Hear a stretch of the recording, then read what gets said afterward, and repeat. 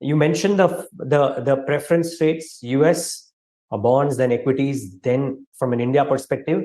Before India equities, the Indian credit, Indian bonds. Tell us a bit about it. Obviously, the rates are looking attractive, but a lot of narrative out there about how we are peak inflation and therefore peak rates as well. Maybe one or two hikes, and then the calibration or the loosening begins. What are your thoughts here? Yeah, so on the, there are a couple of things here, Neeraj. I talked about the dominant narrative in India and abroad would be slowdown, but alongside there'll be a additional market narrative of liquidity drawdowns or withdrawals. Okay, it's important to sort of keep this in mind that India's liquidity dry up has been one of the fastest in the world. In a sense, at some point in time in 2021, when we were floating in liquidity, it was near 4% excess liquidity in the market, which is banking system as a percentage of overall deposits. Okay, remember those days of 7-8 lakh crores of excess liquidity sloshing around in the system.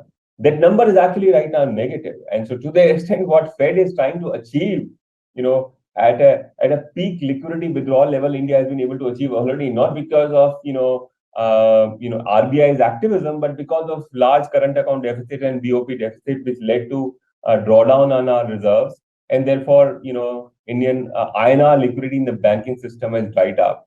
So one ought to keep in mind that liquidity actually in India is a bigger force than rate in itself. So repo rate, of course, matter, but then for the large part of credit complex, where you and I sort of really operate in, borrow, lend, what matters is actually how much banking system liquidity is there, and that actually has dried up very, very significantly to the extent, Neeraj, that if you talk to some people in money market, you would realize this that it is pretty much looking like 2018 right now, or in fact staring at rather worse situation.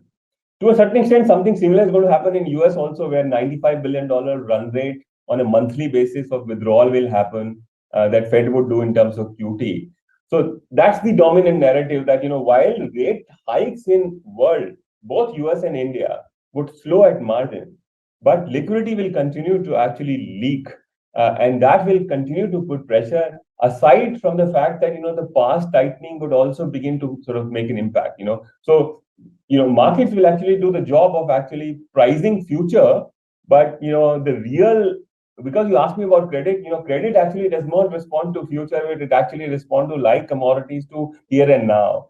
And then the liquidity is so tight, suddenly, market is having to price, folks who are otherwise credit worthy at significantly higher yield, which is what has happened in India as well. So which is why I made an argument that, it's a case to make that in Indian credit has had sort of pretty rough quarter, and it's going to get rougher in next 3 months, not because of what you call banking lending standards are tightening, nor because their balance sheets are weak.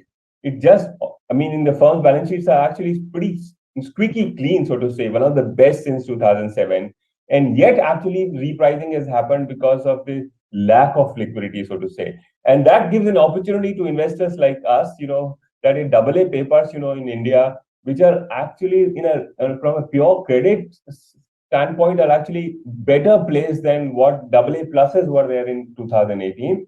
And yet they're offering significant levels. So you can create a portfolio of 9.5%, 10%, Neeraj, of AA plus, or a mix of securities today, given what the liquidity setup is, and which is pretty clean deal. For 2-3 years, if you get 9.5%, 10%, you're not going to get much more than that in equity. As I argued, that equity risk premium for you is just about 3.5% of ROIs and dividend distribution and sort. So I think short end is as such juicy. Your dad could look for some small finance bank, would offer you 9% right now. PNB is offering you 8.25 for 1.5 year bonds. And then, if you have an active access to, bond markets, as I said, you can acquire some bonds in AA space at 9.5%, 10%. So it's a good time, and which is why your original point that, this TINA thing is